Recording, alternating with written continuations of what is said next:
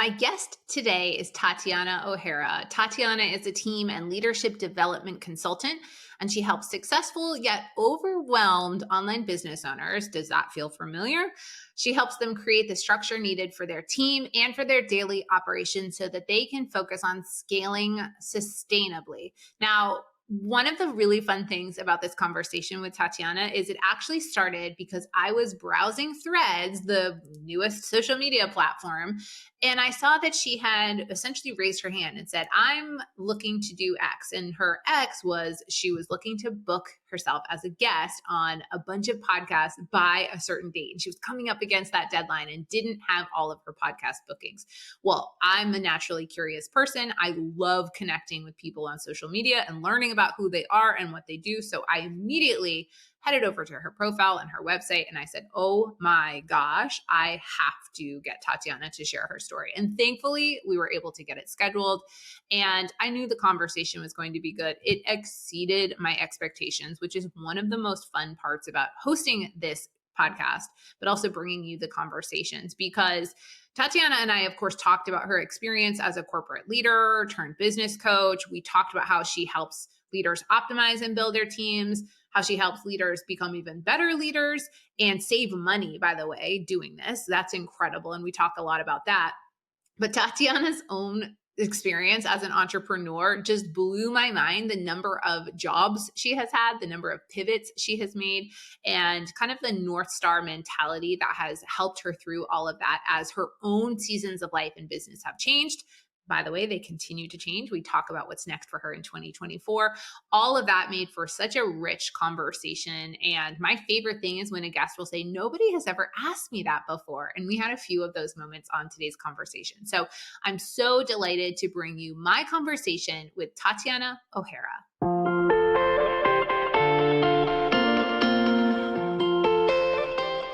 Welcome to Hard Costs. Thank you so much for having me. I'm excited to be here. I'm excited to be here for so many reasons. I shared with you when we were just chatting before we started recording. It like even just a cursory glance at your website and your social media posts, I was like, oh, I need to hang out with this woman. And I think the most exciting part of that for me is we found each other on Threads, right? Can you talk about maybe even just like the origin of this podcast, but also like what for you feels really exciting about sharing your story and connecting with podcasters and creators in 2024? Oh, absolutely. Well, you have your own audience, your own community that you build, on your different platforms and your email list and all of that. And I have a really good connection and relationship with the people that follow me most intimately. But I just feel like there's nothing like getting to talk to audiences that you otherwise would have never come across or never would have gotten to connect with. So just being able to share value with a different community, but then also the relationships that come after that, like the people who will listen to this episode and reach out and let me know those little things that resonated with them. Like it just makes it all worth it. And then of course, getting to meet you and, forming that new relationship as well. I think it's just so beneficial, to both parties. And I think more business owners should really prioritize just connecting with new people and like breaking outside of, their bubble. Yeah. And you know what I love too, because I will get into all of the leadership work that you do and really helping business owners elevate themselves, elevate their teams, save money, grow, like all of those things. But one thing that really stood out to me is I have to remind myself often that you don't get what you don't ask for. And like you raising your hand and saying like, hey, this is what I'd like to do. I'm working on expanding my circle. I'm looking to have meaningful conversations with other people. Does it ever feel scary to you to like tell the universe in a woo sense and then like tell people on Threads and social media and your email list in a very tactical sense? Does it feel scary ever to put those goals out there? You know what? No, honestly, like putting the goal itself out there. So the post itself was me basically saying that I had a goal to get on 10 podcasts by the end of my, time frame that I had set the goal for. And I was still 7 away. And so I posted it, and, I had so many people respond saying, I'd love to have you. I'd love to have you. I'd love to have you. So I think really the nerves more so set in like right before we jump on to record, because it's like, okay, this is a new person. I don't know them. They don't know me. We're going to be getting to know each other, just hoping that there's that synergy there. But putting the goal out there itself has never really been a big fear of mine, but it's like actually executing on the work. That's when it's like, wait, I actually have to do this now. I totally agree. In fact, I speak a lot and I love this. Like point a camera at me, point me toward the Mhm. stage, and I really get energized, not by like the ego side of it, although sure, of course there's always a part of that, but like in teaching and coaching and the energy that you feel, and I will be great, great, great, and then I go to take literally the first step onto the stage, and like Yep. every imposter syndrome, like it Mhm. all hits me at once. And I wonder if we maybe expand this even to the work that you do in the leadership area. How do you empower people who are ready to set a big goal, to take action, or are maybe like you, like, I think a lot of times we expect people to read our minds about what we want Mhm. and what our expectations are. How, like, what are some of the most important and empowering things that you do when you're coaching somebody to step into their leadership role? Well, first of all, it's a great question. And when I'm working with people, we always start at the very, very beginning. So we start with really forming the vision that they have for their life and their business in this particular season of life. I think at this point, identifying your vision is not a new concept, right? We've all done that exercise. But a lot of the clients that I'm working with, they're coming to me because they're planning for maternity leave and they need their team to run the business while they're gone, or they recently pivoted and they need a team around this new venture, or they recently took off. I would say that's the most popular is the clients who have had an influx in sales and now they're trying to fix their infrastructure to be able to support all of these new clients. And so that is typically like a really important time to be clear on what it is that you want.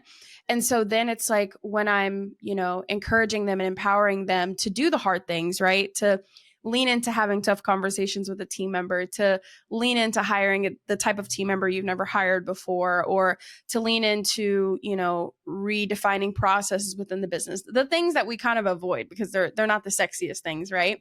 But when I'm doing that, now I have like their core why to kind of go back to, and the end goal in mind versus just kind of, loose or empty motivation of, hey, you can do this. Like, keep pushing. It's more so like, hey, I know this is hard now, but this is going to position you to be able to take 8 to 12 weeks off to be with your baby. Like, think about that. Like, make sure that you're looking at the end goal, if that makes sense. It makes so much sense. And I do a lot of similar work with teams. And really, like, I work primarily with what I would just call visionary CEOs, and they're the big Mm-hmm. dreamers. And I find that I can literally see their physical relief sometimes when I'm like, no, no, no, like, we can talk about, if that's what you want, there is a path to getting there. And you don't have to be the one to figure out the details on your own. Yeah.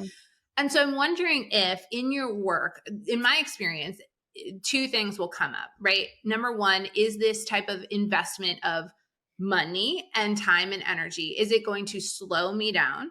Right? Like, I think a lot Mm-hmm. of times CEOs in particular, and in my experience, it's usually the CEO saying, yes, like, come in and help me frame this out, hire, lead, all of this. Number one, is it going to slow me down? Right? They have this sense that, like, the bigger the team, the more complexity, the more people to say Yeah.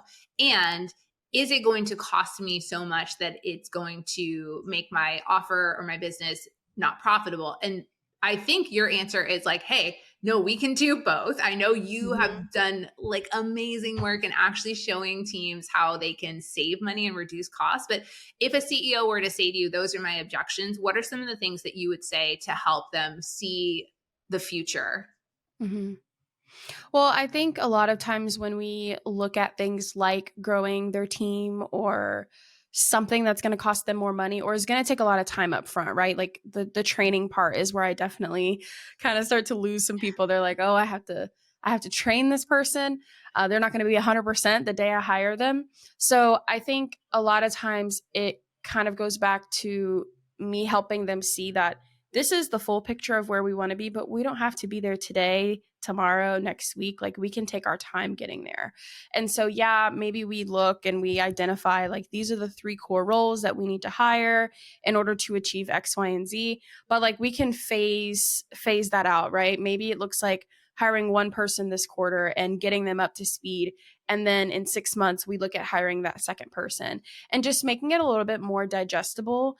And so typically I find that if I can get them to just make it a little bit more granular and focus on the next win, usually the fruit of their labor in that particular case is going to carry them through the rest of it. Like, they're going to see that it works. Like, I always tell people, if you've never had a team before, once you hire the first person, and if they're the right person, the right fit for the role and the right role, once you start to get some of your time back, you're going to be addicted. You're going to see like, whoa, like, this is what having the right people in the right seat can look like for me. And then like a lot of that doubt or like worry tends to, kind of go by the wayside.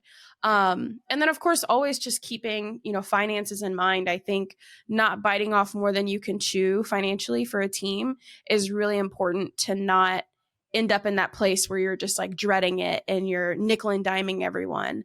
But to make sure you're staying within a certain threshold or margin so that you can see the ROI before you step into hiring that next person. Oh, I love that. There was another CEO who I work with, and she was a guest on Hard Costs, and she talks a lot about, she always wants to feel expansive on payday. Like, she wants to be so excited to pay her team and pay for their services. And that to me is always a North Star. Like, how can we make it so that you're not looking at it as like a line item expense, but you're actually seeing it as a valuable investment? Yeah. And I like the way you frame that was so chef's kiss perfect.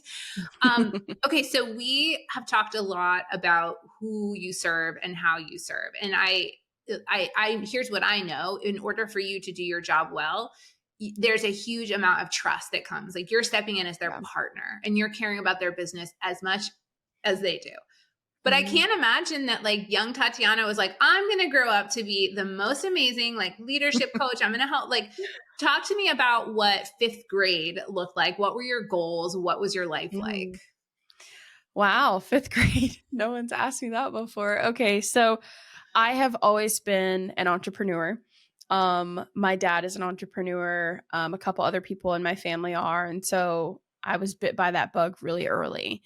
My earliest memory of entrepreneurship, I guess you could say, I was in 2nd grade. So what's that, like 6, 7 years old? Yeah, I have an Somewhere around there? 8-year-old who's in 2nd grade right now. So I'm Okay, in the thick 8. of it. And by the way, she is like full on entrepreneur. She's like Yep. her Taylor Swift. Like, that is her business plan, is to be a performer who's a billionaire and has a team. So yes, I'm in the 2nd grade mindset with you right now. I love that so much. Oh my gosh. Well, I started a business, so to speak, in that time frame, and I used to make these like paper fans. I would fold up paper and like kind of Oh, crinkle I them, know. if And that then you makes put like the sense. pipe cleaner or something at the Yep. bottom. Oh my gosh. Okay. Yep. I'm taken back to 2nd grade myself. Okay. Tell me Yep. more. So I used to sell them for 50 cents, just plain. And then if you wanted me to design them, I would for 75 cents. And You had an I don't, upsell. You had an upsell in I your had an 2nd upsell. grade fan creation business. Okay, I'm obsessed I with had an this. upsell. Oh my gosh. So that was that. And then in 5th grade, actually, I started doing the bake sale thing, side of the yard, was selling lemonade and cookies and stuff. And then I really started to get into baking. So my mom really fostered that in me. And then in early high school, it had to be freshman year, I took a couple cake decorating classes at Michael's, like the craft store. And then I started a cake decorating business. So all through high school, I sold cupcakes. I used to make $300 a week selling cupcakes, which is crazy. I would make birthday cakes, made a couple baby shower cakes. And yeah, I did that all through high school. Thought I was going to go, on to be a pastry chef. I did study hospitality management in college. And while I was in school, I actually took a different turn and went the healthy route. So when I got my refund, like my student loan refund, it's kind of fuzzy in my mind. I think it was I went to school in Georgia and we had this thing called the Hope Scholarship. And I think I would get a refund after everything was said and done. So I got a $2,000 refund and I was like, I'm going to buy a vending machine and I'm going to start a healthy vending machine company. So I found a like dual temperature. It's like cold at the bottom, room temp or cold at the top, room temperature at the bottom, something like that, where I could sell drinks and then snacks. And I found it on Craigslist and the guy was looking to trade it for a dune buggy. And I was like, well, sir, I don't have a dune buggy, but I have $2,000. So can I buy this vending machine from you? So he sells it to me. And I got the vending machine put at a gym near my apartment. And I ran that for about a year. That was a hard business. I didn't make a lot of money doing that. That was a hard business. And then I sold that. I went on to become a district manager for Aldi, a grocery store. So I interned with them in college. And then they offered me a full-time position as a DM. So I did that for about 4.5 years and just learned a lot about people. I've always been into operations. Like every job I've had, I've been kind of thinking in that way. But yeah, so I was a district manager. I was a really high performer, managed 5 really high sales volume stores in the metro Atlanta area, along with all their team members. So about 70 people total, did a bunch of remodels, trained a bunch of district managers, trained a bunch of interns. And while I was amazing at it, I just knew that like I could do more. And let me know if I'm making this too long. No, anyone who is listening and not watching, like my jaw hurts from trying to hold it up because every time I'm like, how many lives has this woman led? I know. I'm fascinated. Continue on. I have to know what happened after this. Okay. So, so I would say like early 2019, I knew that I wanted to quit my job, but I didn't know what I wanted to do just yet. I knew I wanted to be in coaching, but I knew that would take time to build.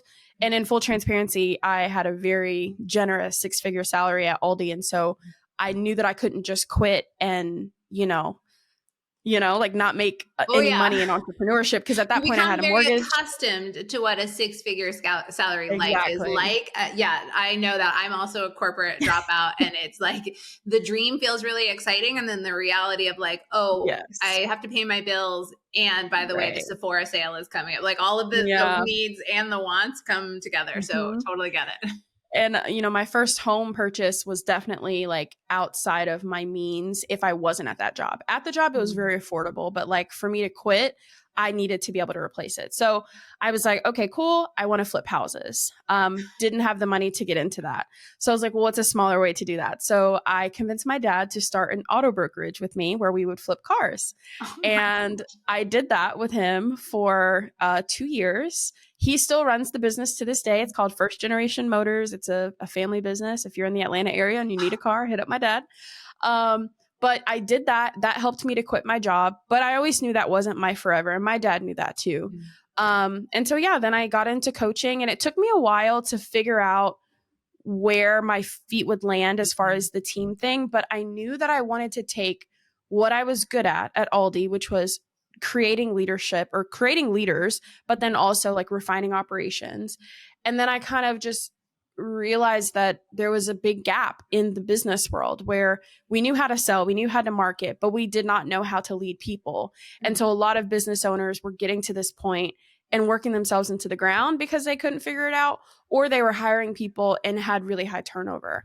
And so it just kind of like fit in like a puzzle piece. And so that's like my extremely long and chaotic story. In a non-offensive way, are you 200 years old? Like I was like, I thought I had pivoted. I thought I had experienced a lot of life. And I was like, wow, I feel so lazy now. Like, oh no. But you know what I love about what you're saying is like, and I would love to maybe even like bring this back to the work that you do with CEOs too, is like there is a level of risk involved where it feels to me like what you did was like a kind of like risk that there was some safety around it. Do you find that there are people that you connect with or that you like leaders where you see so much potential, but they're either too risk averse, or maybe they're too big a risk taker. Like what in your experience is kind of the healthy balance between being a dreamer and a risk taker and still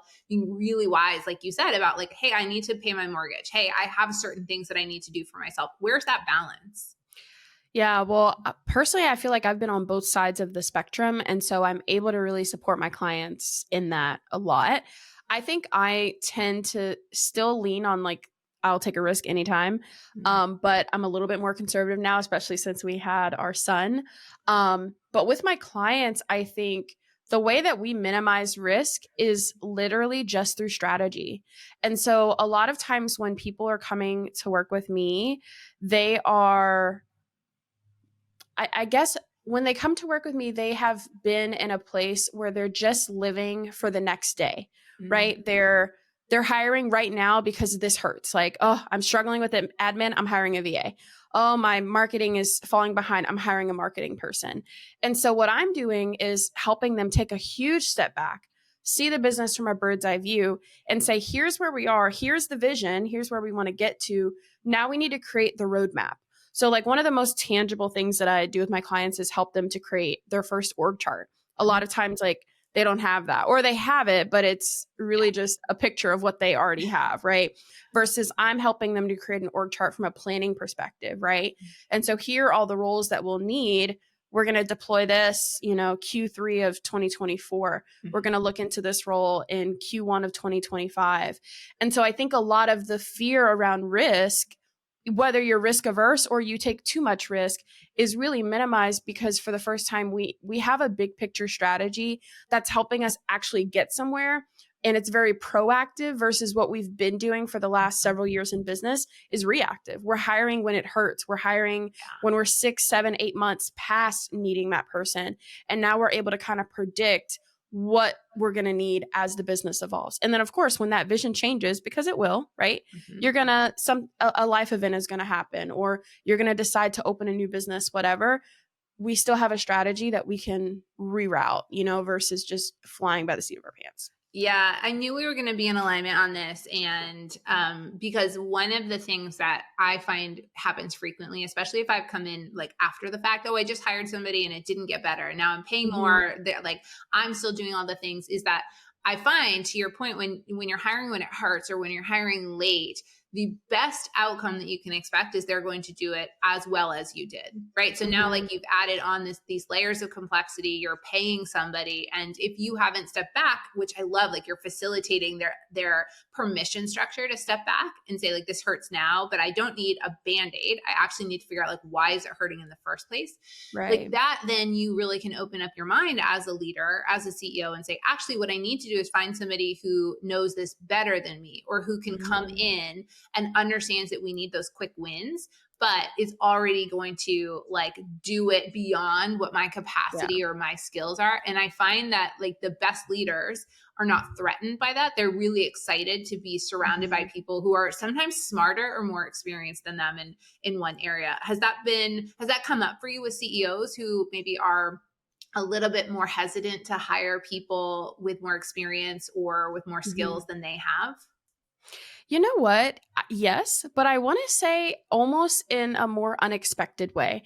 So I think my clients come to me and they're ready to have someone smarter than them. They're ready to have someone who has more experience than them and more knowledge than them. But I find the struggle is embracing when that actually starts to happen. When we have the team member who pushes back on something we've always done just because that's the way it's always been done and they want to improve a process, or when someone comes up with an idea and they start to execute it and maybe it makes us feel threatened or intimidated.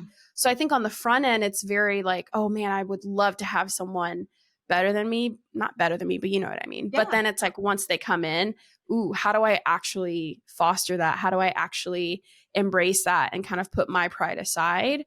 And so, yeah, I mean, that definitely comes up. And I think working through that takes time, because a lot of business owners may tend to self-sabotage their way out of really great people because we don't know how to foster that.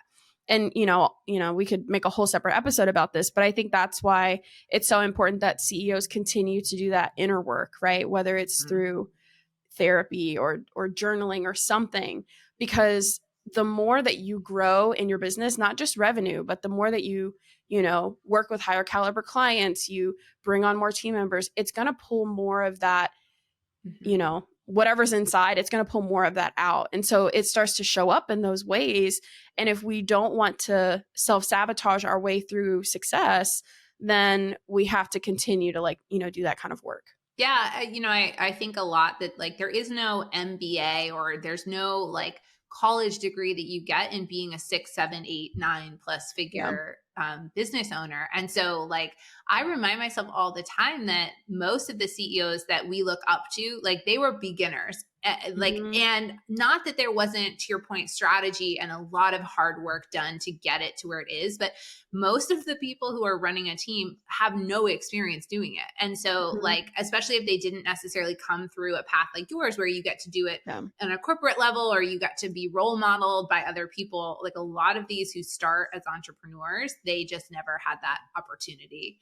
So, Mhm. I loved you at the beginning of our conversation. You said you really help the CEOs and the leaders that you work with look at their season of life, their season of business, right? So you mentioned you're in a different season of business and season of life as a mom. I know also you like obviously are a goal setter. You said I've got Mhm. this goal for podcast interviews. So when you're looking ahead to 2024, what's the next season of life, business goal for you personally?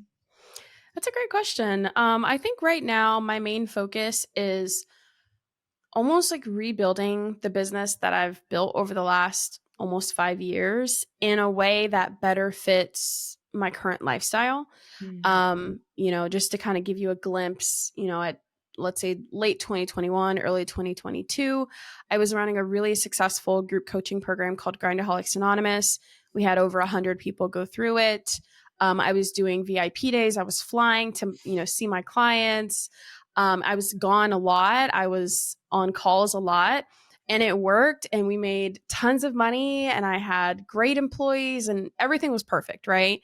But now I really want to be with my son Yeah. all the time, and I want to be with my husband, and I don't want to sacrifice my business's potential in order to do that. Mm. So I'm just kind of playing a different game. And so really focusing on the B2B route, realizing that I started in corporate and I've served so many small business owners.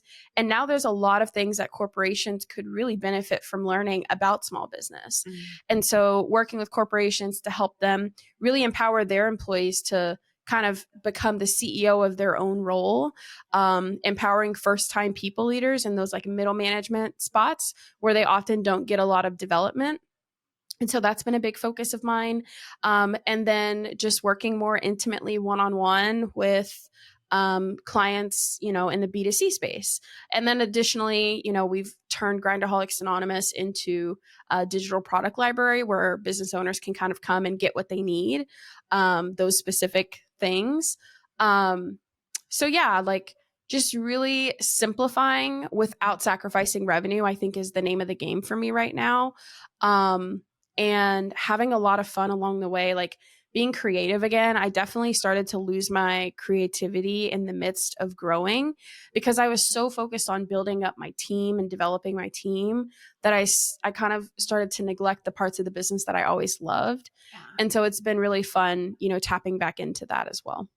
Oh, I love that so much. And you know what I love too about like your energy around like what's ahead and what the Mhm. possibilities are. I find sometimes when I'll ask someone that question, they almost come at it from like a defensive stance. Like, well, I was this and like then the algorithm, then the this and it's like no, you Mhm. get to say like what served me then doesn't necessarily serve me now. And also like Yeah. thank you. Thank you for all of these things that happened because it allowed me to step back and Yeah. find the next thing. And like the whole way that you framed it too wasn't like it was this and now it's this. It's just like this is the next step in an Exactly. evolution. And I think I really try to discipline myself to do this too because it's not second nature. I have to do so much inner work all the time. Mhm. I'm all Same. operations. Like I'm all type A, all Mhm. Enneagram 1, all like generator 5-1 energy and human design. So like really disciplining myself to appreciate that what was, and even if it stopped out of my control or something changed, Mhm. like really looking ahead in such a positive, like the way you talk about it is so magnetic. And I'm like, ooh, yes, let's go. Like I'm on board with Mhm. whatever she's doing. And I just hope that people who are listening, like allow themselves to do that too, Mhm. even if it's a rebuild or a pivot. So I'm just really appreciative in the way that you role Mhm. model the way that people can do this in their own lives. I really appreciate you saying that. And that's probably like my first time realizing that I'm in this place now because I did spend a really good portion of last year just kind of feeling defeated and feeling like, I've had my baby, I'm enjoying that, but I can't quite figure out this balance of how do I enjoy my home life, but still, have a thriving business. And I spent so much time comparing myself to where I used to be Yeah. and always saying, well, if I ever can get back to where I was, or maybe I can do this to get back to where I was. And I think along the line, I just had this realization that like I probably won't get back there because I'm a different person. Yeah. My life has changed. I've evolved. I've grown. My desires are different too. And so now it's not about getting back to where I was. It's about like kind of going to where I'm going to be, like going to my next chapter. And so instead of looking at this previous chapter as like the end goal and like where I should have stayed, it's just like a point on the journey now, and I can, like you said, like take those lessons that I learned to help, support me in the future. But we just keep moving forward motion. Exactly. Well, and as somebody, so my kids are 11 and 8. And so believe me, I'm still figuring this out every single day. And there are new Hmm. challenges and new things that come up. But what I could tell, if I could be your crystal ball a little bit, is that like staying in that energy of just like, I'm exactly where I need to be. I am doing what I need to do. I'm really Hmm. like giving myself and my family and my community the right energy and mindset. It pays off so much. I mean, I was Yeah. joking about my 8-year-old and my 11-year-old, but when I stay in that energy, I see them doing the same thing. When I get anxious and like, oh, it's this and or like I try to Yeah. spend, the work-life balance in my experience, it's never actually a 50-50 balance. It's just like where Hmm. am I putting my energy? And like you, I think many parents who are listening to this are like, sometimes my energy has to be at 80% or gets to be at 80% for my family, and my business is not my priority. But I just really have to remind myself they're always watching, and whether it's our kids, our community, like it can expand to anything. But I really just try to hold myself in that energy for exactly what you're talking about, because they're going to Hmm. watch and they're going to learn Yeah. and they're going to be in therapy themselves someday. And like I'm going to give them plenty of reasons to to talk to their therapist, but like me putting the business over them is not going to be Hmm. one of them. So Yeah. I love so, that. yeah. Well, this has been such a magical conversation. I fell in love with you before I even got to talk with you one on one. Somehow I'm even deeper in love with Oh, you. So the feeling just is like mutual. check the box. And I will just say, like, what you've really reminded and inspired. In fact, I'm going to go do it like literally right now. I'm going to go raise my hand and tell my audience and the universe like what I need, because again, it's such a good reminder that you don't get what you don't ask for. And people Yeah. get so excited to help you with your goals. You just have to like actually tell them what you're trying to do. They can't read your Hmm. mind. So I'm going to go share some big goals on social media. It's been such a pleasure talking with you, and I can't wait to see what you have ahead for 2024 and beyond. Thank you so much. I really appreciate you just having me, and our conversation was really good. This is also just such a different conversation than the ones that I usually get to have, and it's been really good. So can't wait to hear it. Okay, I told you at the beginning of the episode that that was going to be good, right? I think that was, I don't even know, 10 out of 10, 15 out of 10. And for somebody who was basically a stranger to me before we started our conversation, for me to immediately feel this kinship and this friendship and this energy, like that's what communities and collaborations are for, you guys. That's why I like doing this show. And that's why I hope you continue to listen and subscribe and share this, because there are so many people like Tatiana, like myself, like the dozens of guests that have been on Hard Costs this season alone, who are rooted in service, who are rooted in leadership, who have a great story to tell, who are having meaningful impact in our community and in the marketplace, and are also just really cool people who are willing to share the challenges that have come up, the things that they have faced that were unexpected, that were frankly very hard, right? Hard costs come not just in financial expenses, but in things that we have to cope with our energy, with our time, with disappointments, with defeats. And all of that continues to come up on these interviews. And I'm just so honored and delighted to continue to share them with you. So thank you again for listening, and I will see you on the next episode of Hard Costs.